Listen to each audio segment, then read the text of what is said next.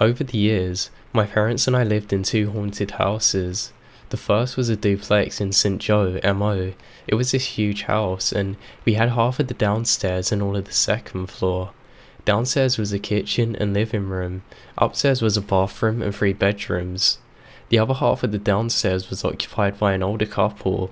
Now, the guy there was a clockmaker. She was an alcoholic. I mean, she was always drunk. We found out why later. Now, my dad remolded houses for a living and was working as a painter when he moved there. The landlord asked him to replace several boards on the porch that were rotten. The clockmaker in the other half helped him. We had been there for a few weeks by this point and all was normal. After they tore the rotten boards out, they found several odd cigar boxes with pictures, silver spoons, watches, and just antique assorted stuff. A few nights later, my dad was taking a bath. No shower, as this was only the 1980s. Now, when I was 4, I'd refused to sleep in my own room, so I slept with my parents. At this time, I was asleep with my mum. Now, my dad heard somebody walk down the hall and down the stairs to the kitchen. He gone and grabbed his shotgun, but never saw anyone. He started taking his shotgun with him when he took his bath every night. This was weird. The footsteps actually become a nightly occurrence. After a few days of this, we would hear the sound of a spoon in a coffee cup, like somebody stirring their coffee, but upon inspection, all the spoons and cups had been put away. See, my dad did the dishes all the time and put them away every night. He was kind of OCD about it. Now here's where things get weird. We're downstairs watching a movie or something, and I had to use the restroom, which was upstairs. I got to the bottom of the stairs, and when I looked up, there was a little girl about my size at the top, just staring at me. She had red eyes. I started screaming, and my parents come running, and they both saw her too. They took me to the next door to use a bathroom because I couldn't go upstairs at all that day. I ended up falling asleep on the couch, and after a thorough inspection of the bedroom upstairs by my dad and our neighbour, the clockmaker, they didn't find anything. After that experience, I was terrified to be left alone in the house. That's why my neighbour's wife kept herself drunk all the time. She had seen the little girl with red eyes a lot over the years. She couldn't handle it. A few weeks later, my sister came to spend a week with us. She was 8 months pregnant and wanted to spend some time with her mum before the baby come. I should mention my brother was staying a few weeks with us at this point too. He was supposed to be with us permanently at this point, but decided to go back to his dad's house after. So my sister decided to stay in my room for the night since she was pregnant and the old pull-out couch was really uncomfortable that we had.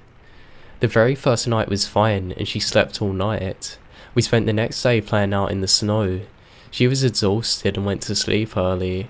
When we got up the next morning, she was still in bed. My mum went to check on her and found her crying and frozen in place. There was a rocking chair in my room that was already there when we moved in. My parents left it in there because they read to me every single night and loved the idea of having it there to use. Now, the chair is why I wouldn't sleep in that room. So my mum helped my sister out of bed and discovered that she had wet herself. She woke up in the middle of the night having to pee, and there was an old woman in the rocking chair just staring at her. She was so scared that she wet herself and just laid there for the rest of the night, too terrified to even move. She had her fiancé come pick her up and take her home the very next day. I seen the old woman my first night there, and that's why I refused to sleep in the room by myself. Now after that night, if we left my bedroom door open, every so often we would hear the chair rocking by itself. We wouldn't see it though. It's like as soon as we got there, it would stop. Like it is taunting with us. This was when my parents realised that we needed to move. The day we moved, everything went haywire. I failed to mention that we had a little dog named Croaky. It's a funny name. I named him that because he had a corkscrew tail. There was a small basement off the kitchen that had the washer and dryer in it. There was a heavy wooden door that separated our half from the neighbour's half. Croaky and I were terrified of the basement. Now, the day that we moved there, my mum couldn't find us anywhere. She was getting frantic. She went into the kitchen and heard my voice. I was sitting at the bottom of the stairs to the basement with Croaky next to me. We were talking to the little girl. My mum could hear her talking back, but couldn't even see her. She took me and the dog across the streets of the neighbours until they finished loading the moving truck. My dad had gotten one of those teenage boys from a house to come round and help with getting the washer and dryer out of the basement. When they went to pick up the washer, the guy helping my dad saw something, dropped his side and ran out of the basement. So he left a brand new washer and dryer there. The guy wouldn't tell anyone what he had seen when they finally found him again the next day. Now we later found out that a lot of people in the neighbourhood knew about that old house, and they're all terrified of it. We stayed there for 6 months and apparently that was literally the record that anybody had ever stayed there.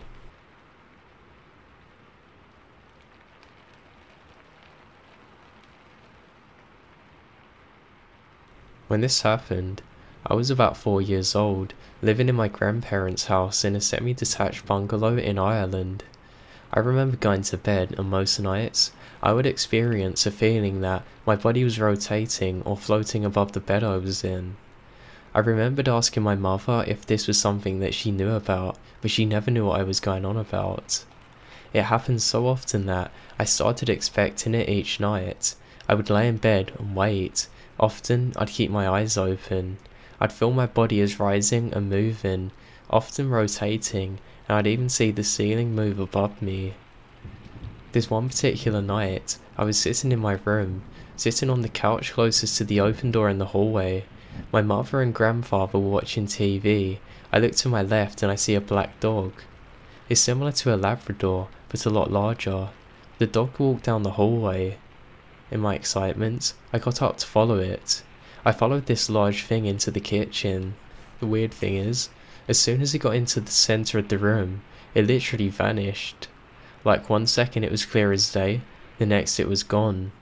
I told everybody but nobody believed me. It must have been like 10 or 11 at night. Now literally every single door in the house was closed. There was no way that any stray dog could have come in.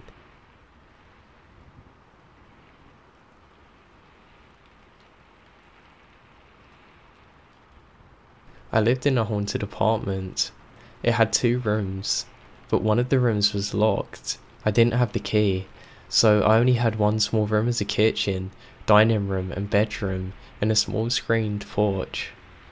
There were 2 especially scary events that happened to me. One night, my girlfriend slept over. She woke up in the middle of the night and said that she saw a shadowy figure standing in the bathroom just staring at her. Now the bathroom was right across from the locked room. Another time, I was woken by the sound of the fire alarm just blaring, but when I went to unplug it, the fire alarm stopped and no other alarms were going off in the building. A lot of strange things happened here. Now, one of the more weird things was the knocking. It sounded like somebody tapping a spoon on a counter, coming from downstairs. Now, it could have been my neighbour, but I don't know why she would do it every couple of minutes for hours on end in the middle of the night. I would also hear knocking on the walls. It sounded like somebody tapping their way up the wall and then down again, almost like they were looking for something. I would also hear this weird moaning and howling that I couldn't trace anywhere. I think that's the part that scared me the most. Imagine waking up randomly in the night, hearing tapping on the walls and howling, and you have no idea where any of it's coming from. You know for a fact that it's not an animal or any of your neighbours doing it. My girlfriend stopped coming over after a few months and I couldn't stay much longer myself.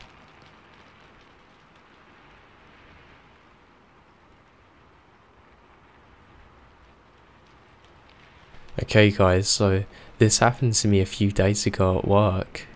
I work the night shift, 1 AM to 9 AM, at an alarm company and monitor alarms, residential and commercial, throughout the night. I work completely by myself and it's a rather small office. There's about 6 or 7 rooms, including the front desk and a conference room. So it's like every other night. I go in and out of my office during the night and use the restroom or to go and get water and whatnot. Nothing's out of the ordinary. A few hours later, I go to the restroom and I notice that there's a light on in the front desk. It definitely wasn't like that before. I would have seen it. Now I'm not scared easily, but that was weird. I went in, turned the light switch off, and went about my night thinking nothing of it. From inside my office, I monitor cameras to see what's going on and to make sure nobody's there. A few minutes later, I get a phone call, kind of suspicious at this time of night. I answered. Nobody spoke. I then heard something, slight movements I guess, enough to know that somebody was at the other end of the line. I said hello a few times and I didn't get an answer. I look at the number who's calling me and it says conference 1. That's conference room 1. The conference room is a few feet away from me. I hung up immediately. I look at the camera. Nothing. Literally nothing at all. The phone goes off a few more times but I don't bother answering. I go out to the conference room. Nothing. All is quiet. All is clear. I then finish my shift and go to bed for the night. I haven't started work yet since, but I'm starting to think that I have reason to be worried.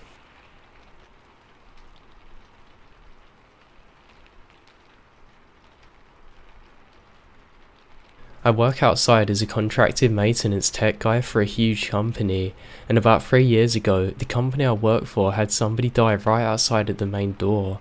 He had a heart attack and fell over and hit his head on the concrete. I, being the newest maintenance tech at the time, had the power to wash and sanitize the concrete afterwards. It was a pretty brutal sight. Anyhow, onto what is starting to creep me out and why I dread going to work now. It being the holidays, there's not a lot of people in the building, so it's perfect time to do some painting. Now my boss insisted I do painting overnight and stay out of the way of everybody else. Now the building itself only has emergency lights running at night, so not very much light for me. Oh well, the only people here are the security guards and there's 2 of them. Now I know these guys, they're jokers half of the time, so when they told me they don't do their night patrols at night anymore because they always get a creepy overwhelming pressure come down on them about when they get to the 4th floor, ever since that man died so suddenly. Now I figured that they're messing with me. Surely that's what they're doing. They're doing that just because I'm working on the 4th floor. Now I'm really a huge skeptic of paranormal, so when little stuff started happening I thought nothing of it. First, maybe some of my tools would be misplaced, or my work light would shut off for no reason and the door would close, and I swear I'd pop it back into place and it would open again. It was really nothing too crazy. I was able to convince myself it was just from not being used to the night shift. I started hearing typing though, as if somebody was outside the door, typing furiously on a keyboard and knocking around the areas I was working on. Sometimes I would even hear whispers that I just wouldn't know what to think of. Last night did it for me though. As I was pulling into the building, I saw a figure standing in the window at the floor that I was working on, staring down and walking away when I pulled in. I told the security guys, yeah, funny joke that you've been playing on me this week. But they insisted that they hadn't been, and even showed me the camera to show that they're in the lobby the entire time. Now this all leads me up to today. I have my night shift later on, and I can tell you that I have a really bad feeling about this.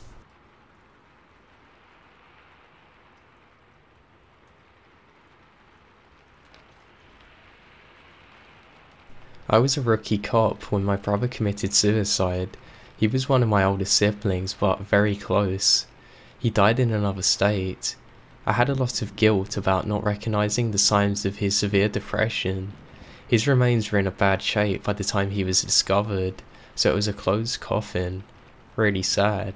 So, about a week after he had passed away, I was back at work one night and my partner and I see a pimp pistol whipping one of his girls. I jumped out and the pimp sees me. We have a big chase on foot. I was running after him, gun in hand. He cuts through a narrow corridor under a building that leads into a courtyard. I had to sprint towards the middle. Right before I reach a courtyard, I hear, "It's okay," in my brother's voice. I hit the courtyard, and the guy is against the side pointing a gun at my head. He pulls the trigger and nothing happens. He pulls it again, nothing. I froze for a millisecond, and then started beating him in the head with my revolver. Till this day, I don't know why I didn't just shoot him. Anyway, I cuffed him and walked him back to the street and found my partner. I tell him about the squeezing of the trigger, but not the voice I heard. We unloaded the gun, and there's 2 bullets in there that both have strike marks on them. We then take the gun to the lab for testing, tell the tech the story. He puts the 2 bullets with strike marks on them back into the gun, fires, they test fine.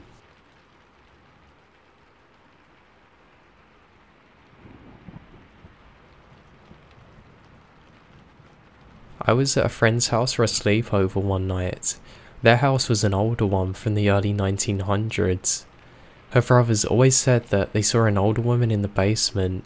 I just assumed that they were being dicks. So one night, I woke up to loud talking and could hear everyone in the kitchen. I looked over where my friend was sleeping and she wasn't in her bed. I assumed that she had gone down for breakfast. I didn't realise at the time she was actually in the bathroom. As I walked down the stairs, the voices got louder. Just general chit chat. I could smell bacon, eggs, and some other food sizzling. But as soon as I touched the bottom step, it all disappeared. No smell. Nothing. I walked into the kitchen. All the lights were off. The stove was cool. Nobody was anywhere to be found. I went back up to the stairs to find where my friend was, and she was just coming out of the bathroom. I told her what happened and she said that I was dreaming. The next morning when I woke up, I was up before her, so I know that she never mentioned it to her older brother because he scolded us for being so loud in the kitchen so early in the morning.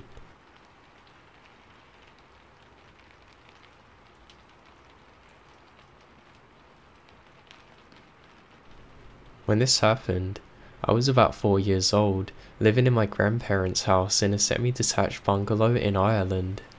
I remember going to bed and most nights, I would experience a feeling that my body was rotating or floating above the bed I was in. I remembered asking my mother if this was something that she knew about, but she never knew what I was going on about. It happened so often that I started expecting it each night. I would lay in bed and wait. Often, I'd keep my eyes open. I'd feel my body as rising and moving, often rotating, and I'd even see the ceiling move above me. This one particular night, I was sitting in my room, sitting on the couch closest to the open door in the hallway. My mother and grandfather were watching TV. I look to my left and I see a black dog. It's similar to a Labrador, but a lot larger. The dog walked down the hallway. In my excitement, I got up to follow it. I followed this large thing into the kitchen. The weird thing is, as soon as it got into the centre of the room, it literally vanished. Like 1 second it was clear as day, the next it was gone. I told everybody but nobody believed me. It must have been like 10 or 11 at night. Now literally every single door in the house was closed. There was no way that any stray dog could have come in.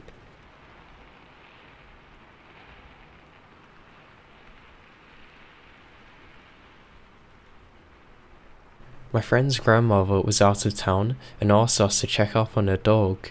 She had a really friendly old German shepherd. He would jump up and down at the door whenever you showed up, just like a puppy. Now one time that we went over, there was no dog to be found. That was a little weird. We thought nothing of it and went inside to find him. We then make it inside the house and still hear nothing. We decided to call out for Jake, but then answered with footsteps running down the stairs. We called out, assuming that there's other family members there, but got no response. We're starting to get a little freaked out. We call his mum, and she assures us that nobody's in the home and we're just being ridiculous. Now there's more footsteps, but this time running up the stairs. I suggested calling the police and maybe the house is getting robbed, but my friend's convinced that we should check it out just to make sure. So we make our way to the stairs and hear a chime bell. My body tells me that the dog occasionally wears a bell, and it's probably him. We then make it towards the door that leads onto the stairs. There's a small bell around the handle. My friend is terrified, so am I, but I tried playing like I wasn't scared. At the top, we see Jake, lying in a chair, shaking, obviously terrified. We couldn't get him to move no matter what we did. He just kept staring down the stairs. Now we ended up searching the entire house, literally top from bottom, and found no one. This has been the only time in my life that I've been genuinely afraid that I was dealing with something paranormal. Now to this day, I still have no idea what the hell it was or what happened.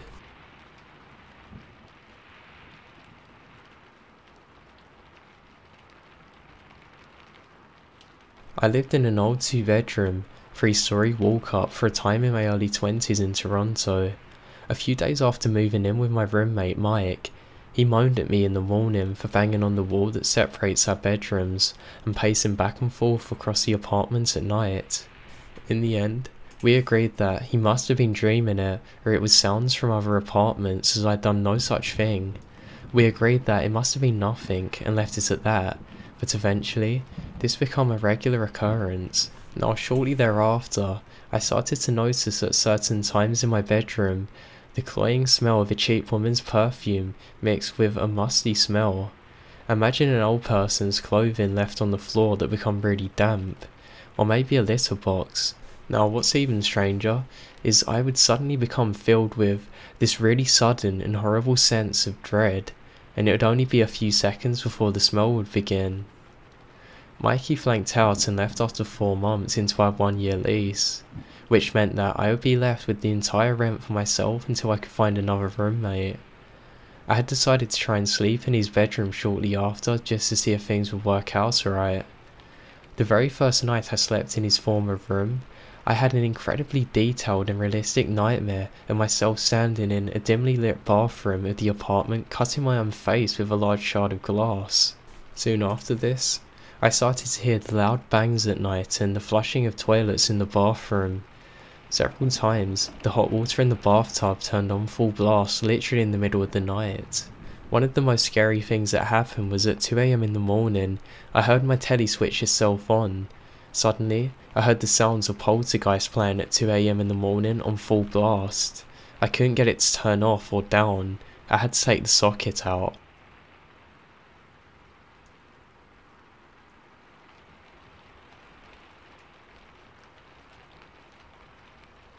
When I was a little girl, like 6 or 8, thereabouts, I went to visit my mum's aunt. I was bored, as little girls visiting old ladies are. I had wandered up to the 2nd story by myself to go and play. There was this big balcony up there with these sliding glass doors, and these really floaty, flimsy curtains over them. I decided that it would be great fun to go and twirl around them, then walk away and let them go across my face like kids do. Now the problem is that these curtains were right above the stairs. There was no railing or anything. There was just an 8 feet drop below, straight to the concrete. Now I didn't really think about the danger during my time playing there, as I was too young to really know about it. So after a couple of goes at it, I started my twirling again, curtains over my eyes so I couldn't see anything and started walking.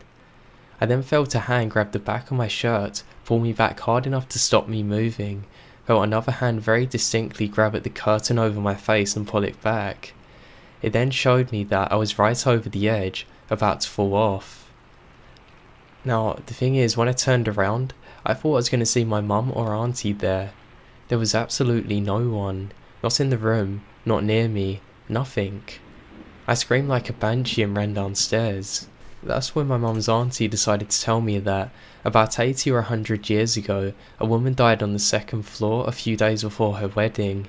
Now she's actually been seen standing at the bottom of the stairs or sometimes at the top, where I was, and she's never hurt anyone as a spirit.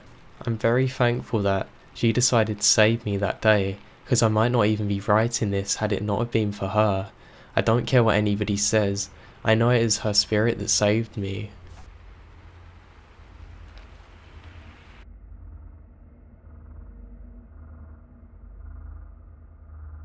I'm from Finland, and that's also where these things I'm about to describe to you happened. This was some years ago, pre-smartphone and GPS era. It was at the end of the summer, and myself and 2 friends were on a camping trip way up north in Lapland. The mosquito season was over, the weather was now cooling down in anticipation for fall. The 3 of us packed food and gear for a 10-day trek. The car we arrived in had been left at the parking lot for a visitor centre. This happened within the premises of the Apocaly National Park, a 1,000 square mile stretch of wilderness near the Russian border. The terrain varies greatly, from treeless and semi-mountainous to dense forests and other things. There's lots of swamps too, I mean really everything. Seeing a reindeer is not too uncommon either, and some nights you might hear wolves in the distance. You can run into a bear or Wolverine type thing in this place. God knows what's out there. But of course, normally they avoid people. Now we mostly camped in a tent, but some nights we used shelters and simple huts provided for travellers free of charge. The trip had lasted 5 days. We're the furthest away from any kind of civilization that we could be on this particular outing, truly in the middle of nowhere. There really is nothing here. There's no villages, town or industry. This place is just barren. You do see the odd hikers from time to time though, but it's very rare that you come face to face with anyone. So in the middle of our trip, we were camped in a small clearing, woodland extending around us for a considerable distance in all directions. It was already dark. We had eaten our evening meal, and all 3 of us were just jammed into my only tent. Now we would take our turns carrying our tent during our hikes. We had just exchanged some jokes in there, made some crude humour in the dark, like guys in their 20s do, just about to go asleep in our sleeping bags. We decided it was late enough and we had a lot of hiking ahead of us, so decided to call it a night at this point. Now just as the silence sets in, we suddenly hear the sound of machinery. Given our location, this was profoundly weird. We camped in a tent because there were no huts nearby. Maybe there's another camp near us? We couldn't quite make out what was being said. But it was a human voice, no doubt about it. But nothing really could explain the sound of the heavy machinery. It sounded like an excavator or tank, something big, powerful, and really not too far away. This combined with the sound of talking, we thought, maybe we've just camped near a construction yard? But why at this late? It's so unpopulated. Not only this, but we're also in a protected nature reserve. Why would anybody be out here? So we got out of our tent. The first thing we realised was how cold it had gotten. It was pitch black outside. The campfire had its coal still glowing. We banged out our flashlights. My 2 buddies have always been a lot braver than me. The sound was clearly coming from the north, maybe half a kilometre away. We thought the construction might go on all night and we weren't really sure what was happening, and we were certain that it was behind a small hill some distance away. The only thing is, we could see no light or anything. We still could not make out what was being said. The speaking was like in a very monotone fashion. It's hard to describe because it was impossible to even say the language being used. It sounded like somebody speaking through thought. I guess if any of you have ever heard of the weird thing that happens where you hear a human voice in static, maybe you've used a blow dryer and been sure somebody's talking and turned it off again, and there's nothing but the sound of the dryer itself, and you kind of interpret that as a human voice. It's sort of like that, but more real. It's really hard to explain. Now the machinery-like sound continued, not loud, but you could sort of make out the powerful engine, at times accelerating and adding power, at times idle. My 2 friends resolved to go and find out what was going on. We put our warm clothing on, donned our boots, and I sat next to the fire for a bit just to dry off a bit from sweating. I then went to go and gather some more firewood just to make sure that it wouldn't go out anytime soon. The plan was that I would stay at the camp while my buddies left to check out this mysterious construction yard in the middle of nowhere in the Lapland woods. So I sat there.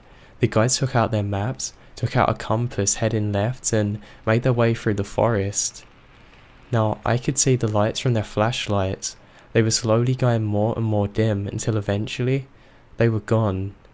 I'm not gonna lie, it was a pretty weird feeling seeing them disappear like that. Now the weird sound continued, unaltered. They were gone for 15 minutes, then 30, then the better part of an hour. It was odd. Judging by the volume of sound, they should have reached it, checked it out and returned. Added more firewood and tried to make out what the people were talking about, but it was so tiny and obscure. The guys had been away for more than 2 hours now. I figured they'd stayed to go and get some coffee with the construction guys. Then the sound stopped, just like it started. It was silent. The engine sound and voice both gone. I waited for 30 minutes now, very worried that something had happened. I was sure that they had gotten lost or something. Do I go after them? I shouted their names several times, built the fire pretty big. I was scared by every sound I saw, when suddenly, I saw one of the flashlights. They were coming in a hurry. The guys had got back to the camp, out of breath. They told me the following. They had followed the sound beyond the small ridge in the distance. There was nothing there. It seemed like they were not getting any closer to the source of the sound. They had to stop every now and then, be quiet and listen to it, otherwise they wouldn't be able to walk towards it. They walked and stopped like this for quite a while, and then realised it wasn't getting any closer. The sound did not change in volume at all.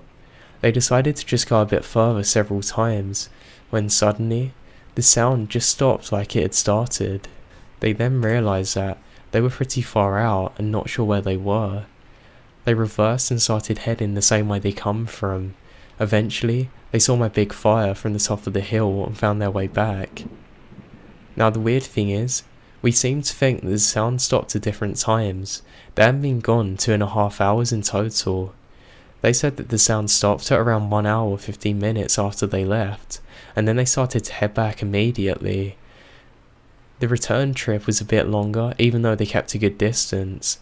They apparently wandered for a bit. For me, they stopped at the 2-hour mark, and just 30 before they returned. Now we didn't sleep that night, nothing more happened on that trip, and we never found out what the weird sound was. We returned to the park visitor centre some 5 days later. We asked if they knew about a construction site, but they had no idea what we were talking about.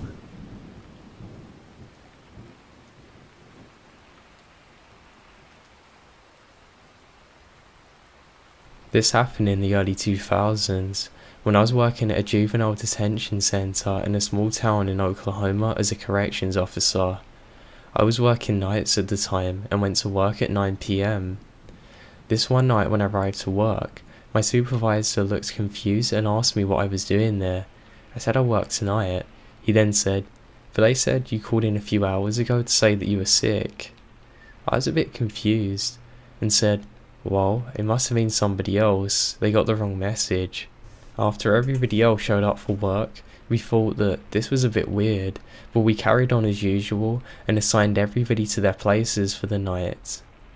I went to work in the control room, where I usually work.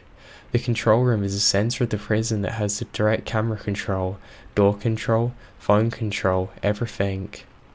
After I relieved the guard on duty and settled in for the night, I looked at the message that said I called in. It said that I called in at 6:50 and said that I gotten sick and I needed just to have some time away from everything. Apparently I was out cleaning up after the storm. Now there'd been a bad storm that night and it was a bit bad, but nothing to the point where I'd have to go and clean up. It was truly weird. At this point in time, a supervisor showed up who was actually a friend of mine outside of work, and we started talking about how odd it was. I decided to call my wife at home and tell her about it, and he was sitting there and I picked up and dialed. After 2 rings, a man picked up the phone with a raspy voice and said, "Hello?" I didn't know what to say for a few seconds. I looked at the phone to make sure that I dialed the right number. I had. A few seconds later, "Hello?" I replied, "Who is this?" "This is Taylor. Who's this?" the person said. My head started spinning because my name is also Taylor. I said in an almost scream, "Where's Anne?" He said, "Anne's in bed. Who is this?" I dropped the phone and told my supervisor to ring me out. I had to go home. I took off towards the door. I could hear Dave pick up the phone behind me and say hello, followed shortly by, "What the hell?" rather loudly. I then ran to my car and driven home faster than I've ever driven in my life. I busted through the door and my wife was sitting there watching TV and was shocked to me being home so early. I asked her who was there and she said no one. After a long talk with my wife, I went to call the prison to tell them what was going on, but the phone was dead. I went back to work and when I come in, Dave was acting weird, asking me, "Who the hell are you? Why are you doing this?" He told me that when I left, he picked up the phone and the person on the other end sounded like me. He kinda freaked out and hung up the phone. A minute later, as he could see my car leaving the parking lot, I had called back from home asking what was going on. He said I was a bit angry this time and said I was sick and I didn't feel like playing these games with him and stopped Frank calling me and hung up. After convincing him that I had no idea what was going on, I went back to bed. Later, I found out that the phone line in my area had been knocked down the night before by a storm. This is absolutely the strangest thing that's ever happened to me.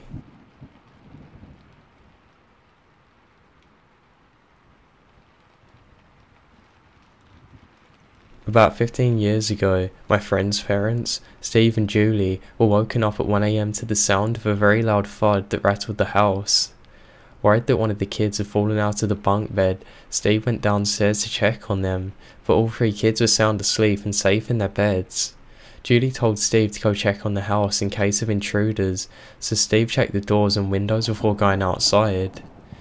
After about 10 minutes of investigating the noise, Steve came across nothing unusual and decided just to go back to bed. He found that his wife was absolutely worried sick, and she demanded to know where the hell he had gone and what happened. Confused and tired, Steve told her that he didn't find anything and just to calm down, but Julie then pointed out that it was now 4 AM, so he had been missing for at least 3 hours. Julie had even gone outside to check on him and he was nowhere to be found. He didn't respond to her calling his name. Unable to figure out what happened, they returned to bed and slept until Steve had to get up for work in a few hours. Now Steve owns a painting business, and a couple of hours after working on a house, he noticed that his eyes were very itchy. They then started to burn. After a while, they burned so badly that he was holding his eyelids open as to not blink, because it felt like there was sandpaper against his eyelids.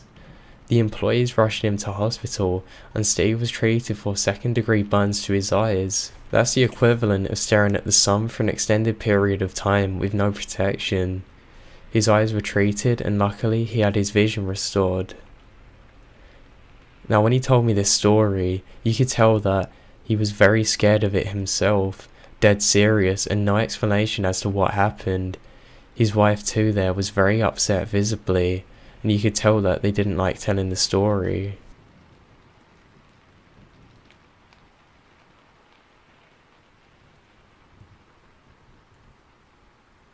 I just turned 22, and my parents had sold their house and purchased a place out in the country. On the property, there was a big shed not far from the house that I decided to turn into my own place. Now I kind of felt uncomfortable in the shed sometimes, but my dog was with me. It weren't that bad. Anyway, I'd been in there for maybe 2 weeks, and one night, I'm sitting on my computer. My dog is asleep on my feet and I needed to pee, so I get outside to go piss. It's a beautiful clear night, the stars are incredible. The next thing I hear, the door slams behind me. I turned around immediately to try and open it. It won't budge. Now from the inside of the shed, I can hear my dog growl. Quietly, then getting louder. He's now barking and panicking, and I'm trying to open the door. I must mention that I'm 6'5", well built, play sports, but even ramming my whole weight into the door, it won't move in the slightest. I'm really panicking now as my dog turns to whines, whimpering. Silence. With all my might, I manage to open the door. Now the lights are off inside, it's pitch black. It won't turn back on and I'm in complete darkness. I can't see my dog anywhere and I stumble around trying to find a torch. Finally, I picked it up and turn on my torch. I wasn't prepared for what I see next. My dog had literally squished itself into the furthest darkest corner of the room, eyes closed, shaking violently. I then immediately turned towards him. As soon as I got within reach of him, he leapt into my arms and wouldn't move. I picked him up and I swear I've never ran so fast in my life. Now, as I was running out of there, I could have swore that I heard footsteps behind me, and I'm certain that the door started closing, but I was out of there too quick to realise. I've never stepped foot in that shed again, and my dog won't even go near it.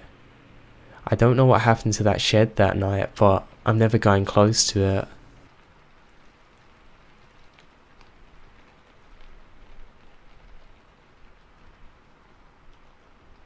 "10 years ago, I was returning home from a road trip with 2 friends. I received a phone call from my parents asking me when I'd be arriving. I explained that we're about 25 minutes away. About a minute later, we come around a bend. It was a full moon and we could see the reflection from a lake below us. And other than that, the road was completely empty. Suddenly, everything went completely dark in the car. No lights from the dash or gauges or headlights on the road. The music also stopped. We saw that there was now a vehicle pulled over by the police about a quarter of a mile in front of us that hadn't been there a split second before.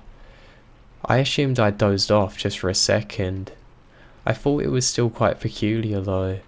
The driver of the other car then turned the music all the way down and said, "Did that just happen to anyone else?" The other passenger in the back seat forwardly and abruptly said, "I thought I just fell asleep." We then realised that the clock in our car was reading an hour later than it had a minute before. To keep ourselves from freaking out, we decided that the car had possibly had a momentary electrical failure and reset the clock to an odd time, turned off the dash lights, headlights, gauges and restarted the CD player. The thing is, when we arrived home about 20 minutes later, we were 1 hour late. I'm missing 1 hour of my life, and I have no idea why.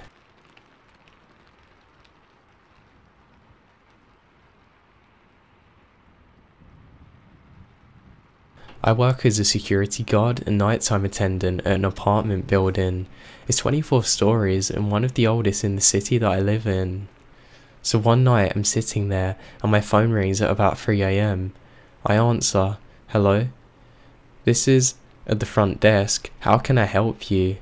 The voice on the other end sounded female, but was totally garbled, and I could only just about make out the 23rd floor, and that was it. I tried telling this person that I didn't understand them and asked them what they were talking about, but they just responded again, 23rd floor. After the third time of trying to understand the same response, I said since I couldn't understand them, I would come up and meet them in the hallway anyway. So I then go towards the main elevators, and both are up on the surprise 23rd floor. Luckily, we have an older service elevator, it's only on the 7th floor, so I call it down, get in and hit the 23rd floor button. But it won't move, and the inner door won't shut. I go to the reset panel, and boom, we start going, door still open. I'm freaking out, and the elevator is shaking because it goes pretty fast and is really old. As I'm going up, I just stay towards the back and finally reach floor 23. I step out, door closes just fine. I look around the hallway, there's nobody around. I walk along slowly trying to listen for anyone awake who I might have called. There's nothing. I head in the opposite direction and go towards the regular elevators, and when I get to them, they're just sitting there with their doors open. I was pretty freaked out, but it could just be the elevators. So I get in, I figure that I'll just reset them and do everything I need to when I get to floor 1. When I suddenly hear the sound of the back of the stairwell closing. I quickly get out and go to the stairwell. Lo and behold, nobody's there. Oddly though, the door to the machine room is ajar, and at the time, I'm the only one in the building with a key. At the very top of the building, there's this really big machine housing thing, and it's got lots of really loud machinery there that does everything for the building. And I don't like going onto the roof because it's creepy as hell and no one ever goes there. So at this point, I'm freaking out and decided that I must go into this room and get to the roof and investigate. I shout out, "Hello?" and there's no response. The lights in the room flicker because they're flickery type, but I've never seen them do this before. At the end of the room, I can make out the roof access door, and what would you guess? It's slightly open. So I slowly continue forward, checking the space in between each machine as I walk by, and there's no one there, so I open the roof access door. I can't see anyone ahead of me, and there's a slight wrap around the corner, almost as if somebody's left their jumper there, and I needed to be sure, so I step out and leave the door ajar like it was. Almost immediately, the door is slammed shut. Now, I might have written it off as something weird like the wind or whatever, but this door is hard to shut and really hard to open, really hard. I immediately grab the handle and hank it open, slamming it behind me and run straight to the maintenance door. This door automatically locks when it's closed, so I slam it shut too and go back to the 23rd floor hallway. I get into the elevator with the door still open, go all the way down to the 1st floor. I go back to the main lobby, and as soon as I sit down, the phone rings again. I pick it up. Scared. Really scared. Sure as hell, I hear a weird voice again. 23rd floor. I hung up the phone, turned the ringer off, and spent the rest of the night glued to my security camera screen. Now there's been a bunch of creepy things that happened in this building. I've walked past a dark room here on the 1st floor and swore that I saw myself standing in it. The next night as I'm inside the said room, the lights flip on and off. I turn around and see a flash of myself walking past. I have no idea what's happening, and these things are getting worse. What really scares me is all of this can be seen on camera too.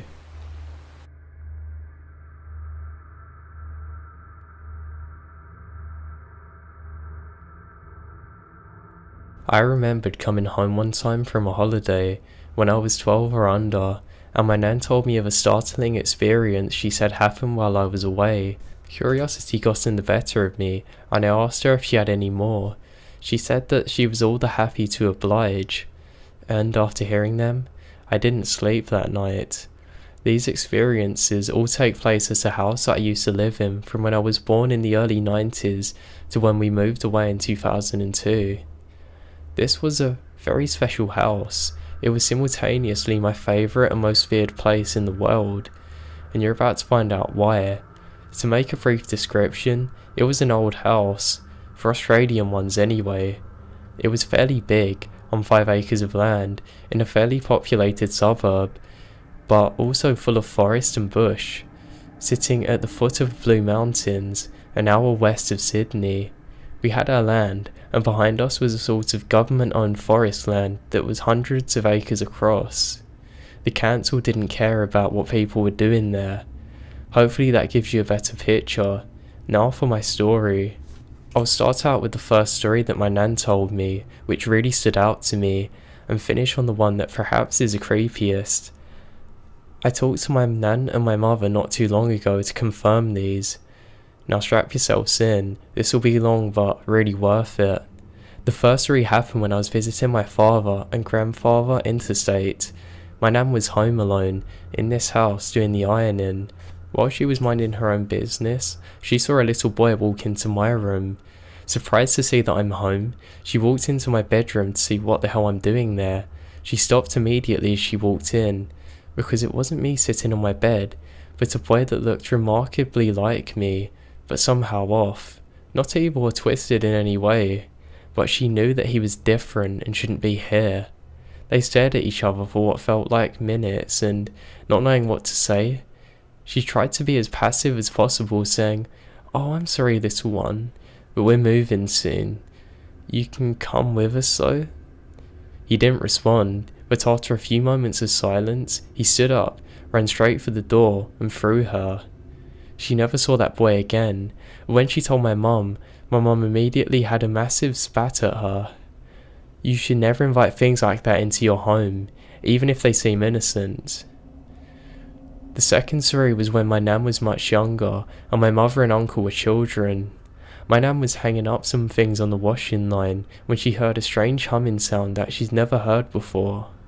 She then walked to the other end of the yard and looked up and saw what my mother and uncle were staring at. Hovering and descending slowly to the ground was a sort of flying saucer made of something metallic and silver. It was rotating. It come down a couple of feet and burnt the ground below it, leaving a weird mark. The humming sound was still there. It left after a few moments, ascended higher into the sky, and vanished, really quickly. Now, that is one of the strangest things that my nan had ever seen there. Now on to the third story. This is my mum, and I'll try and keep this one short. Me and my little cousin were very young, both under 6 or 7, and were both taking a bath. We seemed alright, and my mum went in to check on some things for a couple of moments. Next thing I remember, my little cousin was completely underwater, and it felt like it was that way for a while. I didn't do anything because I was young. I wasn't freaking out because I didn't know what was happening, and I didn't think that there was any danger.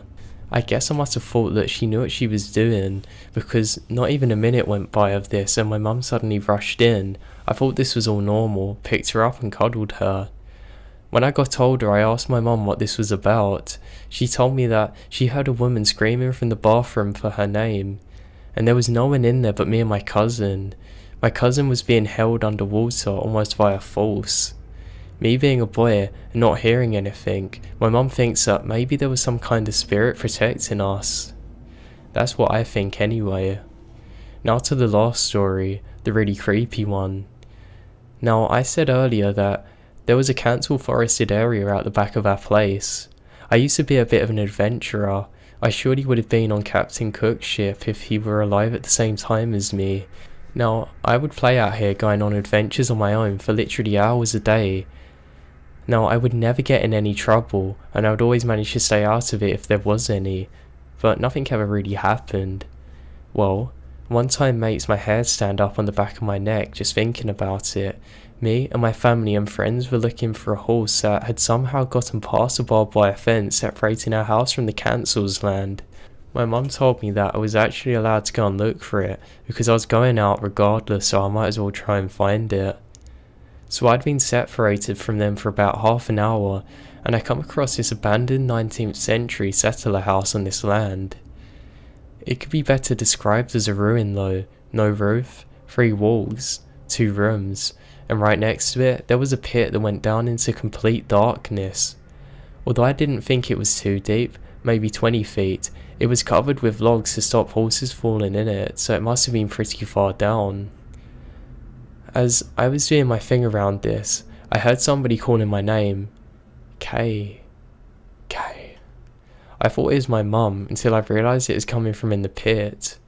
Now, had this have been a horror movie, I wouldn't have lasted very long because I wanted to figure out what was going on. I got maybe 20 feet away from it, still hearing this thing calling my name, when suddenly I heard my mum calling from behind me and running over. She suddenly pulled me away from there and told me never to go there again. I asked why, and it was only years later that she actually told me why. Apparently, she heard this thing calling my name too.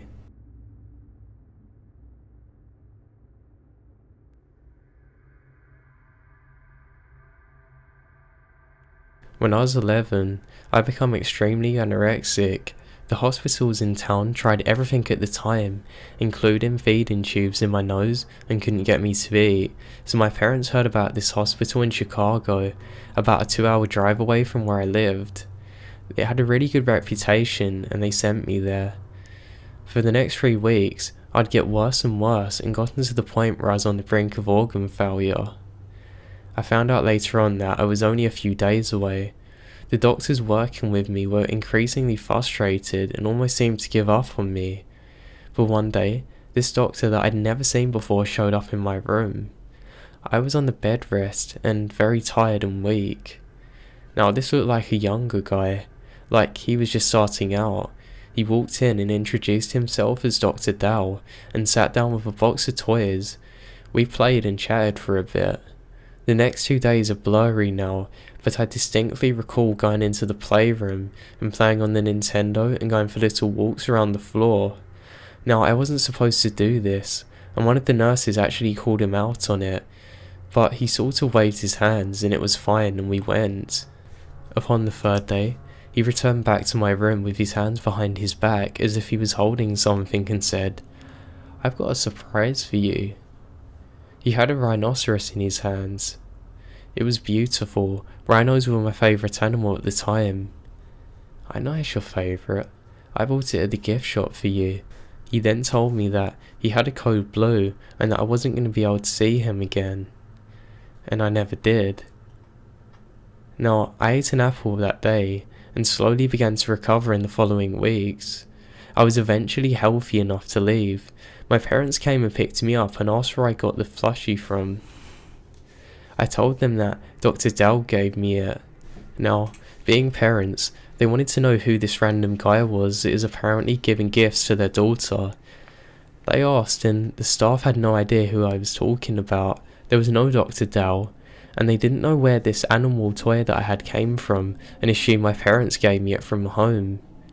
As we were walking out, I had the peace of mind and decided to go and check the gift shop just to see if they had another one. They didn't. I then made a full recovery, and I haven't had a full relapse since almost then, which is 20 years ago. I still have this toy. Now, as I grow up, I become skeptical of my experience. Dr. Dell? Could it have been a real person? Why did he just disappear? How did they not have him on cameras or anything? Why was it just me?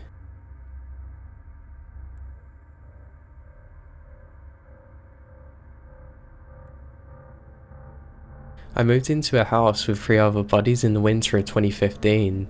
Everything was going great. This is the first place that I moved in after moving out of my parents' home.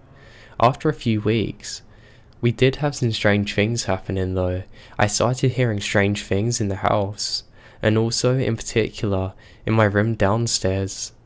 Now, I've always been interested in the paranormal, but nothing crazy really happened to me personally until this one night. And this is where stuff gets really crazy. My buddy, who didn't live there, and I were in my room with the door closed playing some Skate 3 or something, and we paused it to look on our phones for a bit. All of a sudden, we hear this really loud meow, almost like there's a cat inside the room. Now, there were 2 cats in the house, so this wasn't too strange, but then it happened again, even louder, and there's no animal in this room. We both looked at each other as the meowing continued. Each time it was getting louder and louder, now accompanied with the sound of footsteps. I wish I could explain how alien these cat sounds were. Now eventually, they did stop. Later that evening, I went up to my roommate who used to have the room when he was younger. This was his place, or actually his parents originally. So, I casually asked him if he ever had anything unusual happen to him in there. The first thing out of his mouth was, "Yeah, I used to hear cat sounds all the time, and almost weekly, I would feel something jump up and sit on me." Now, I didn't even have to tell him a word of my story, and he told me all of this. He then went on for minutes telling me more and more stories of creepy stuff happening. Some very weird shit went down over the course of the next few months, such as random objects showing up in different places, waking up in the middle of the night to objects moving around in the bathroom. My roommate would wake me up in absolute hysterics, saying that the TV's turning itself on and off more frantically when they approach. There was a locked door that opened itself, with the keys being hundreds of miles away. The last time something happened to me was when I was cleaning out a dresser on the final day of moving out. I had every drawer open pretty much. I was picking up my last few items when I jumped back due to a flurry of scratching sounds from inside the drawers. I mean, they were literally right there in front of me. It didn't sound like it was made by anything from our world. It was so real sounding that I literally ran out of the room, and I still haven't stepped foot in that room since that happened over 2 years ago. We all talked about it, and we still have no idea what the hell's happening there. I know all of this sounds crazy and not believable. I haven't told many people this story because I'm sure they're gonna think I'm insane. I don't know what's going on in here, but I definitely don't like it.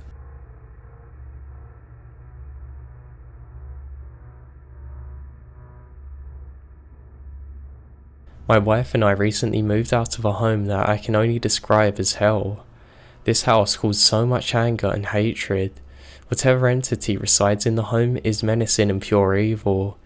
Even as soon as my wife moved into the home when she was a child, she told me that there was this time that her and her little brother were playing in his room one night. They were playing with a leapfrog type device. She described it in detail and about how she was showing her brother how to use it, and it began acting weird. Strange sounds come out of it, and then a man's voice began screaming. She said that it was saying something about a list, then something about making mistakes, cursing, then crying until she turned it off. Now let's fast forward a few years. Now I met my wife and she got pregnant. We decided that the most logical thing to do was for me to move in with her, so that's what we did. At the time, I worked from 10 PM to 7 AM. This was on the night shift. Now after a few weeks of moving in, I started noticing something strange about the home. The upstairs where we live seemed to be almost menacing, like somebody was waiting in the other room for you.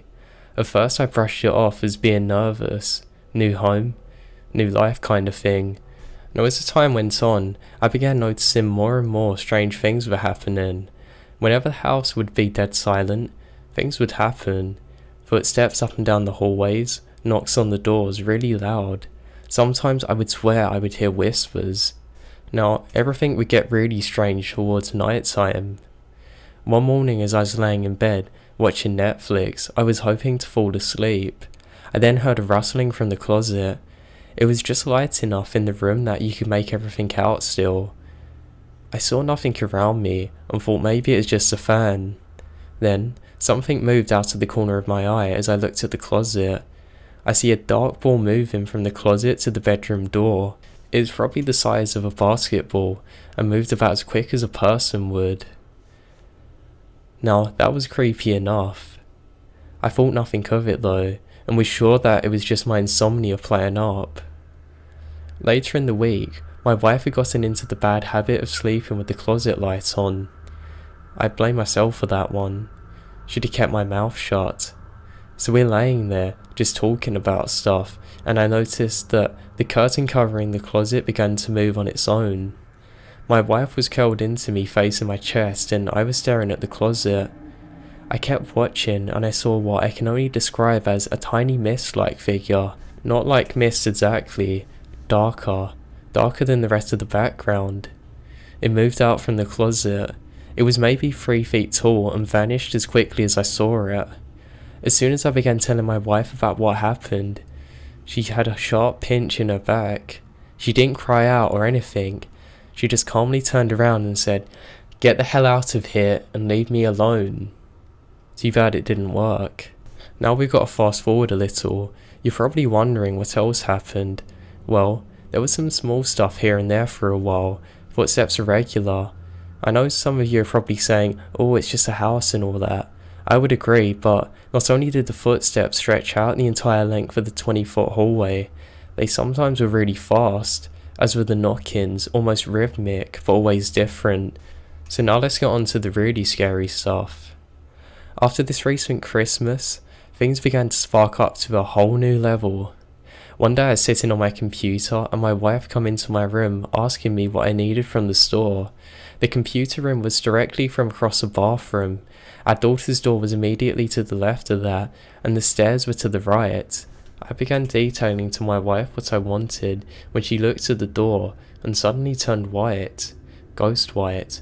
Her eyes got big and her mouth dropped. She slowly turned towards me. I just saw a man walk into her room. She was very shocked. She said that it looked to be about 6 feet tall, black and slightly translucent. While describing this, I walk into the hallway and go into my daughter's room. I don't know if you've ever walked into a freezer, but that's exactly what it was like, immediately. When I gone in there, I couldn't see anything and went to further investigate around the home.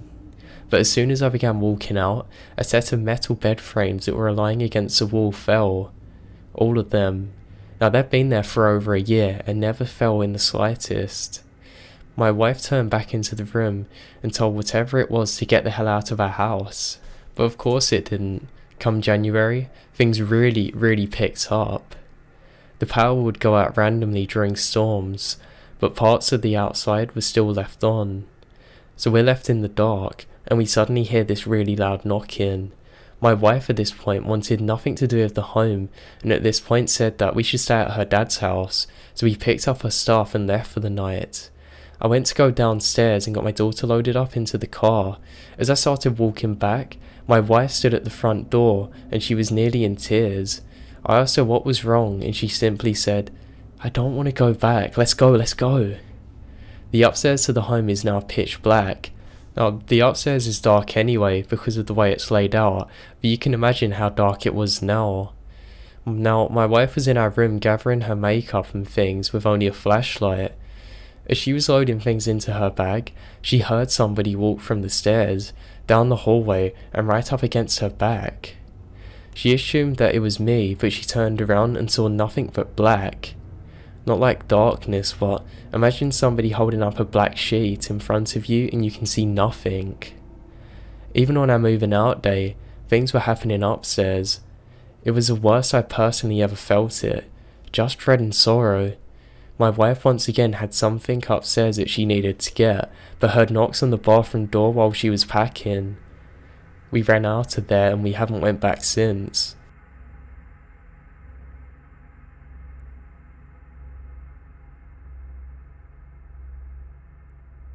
I go camping and multi-day hiking as a hobby. I've been stalked by a mountain lion before, and as well as being hopelessly lost 100 miles away from anything, so I know the woods. The weirdest thing that I've ever heard was a wailing in the night. I don't know what this thing was, but I woke up at around 2 AM. My fire had since died, and there was an overcast, so it was pretty much complete darkness. I camped in a ravine-like valley, cutting through the mountains of Tennessee. The noise was coming from in the valley right at me. It was from some distance, so like 500 yards. It really sounded like a man yelling in deathly agony. If you've ever heard anybody yelling like this due to trauma, like they're about to die, that's exactly how this sounded. Anyway, I was eyeing in the dark, gun in hand, while this thing was getting closer and closer. It got within 300 yards. It stopped and left me in silence. A couple of minutes after it stopped, I could hardly make out a figure in the distance about 20 yards away from my right. Whatever it was tall, at least 5 feet or so, and it was moving roughly west to east at a pretty good pace, making absolutely no noise in the process as it did so. It seemed to be gliding along. There was no more lateral movement within this thing. It just went by and I heard it wow a couple more times further down the valley. The next day, I checked for tracks and didn't find any. Just old deer tracks. I still have no idea what could have made that sound. It was hauntingly human and sounded extremely distressed. I don't believe in the paranormal, but this definitely made me question it.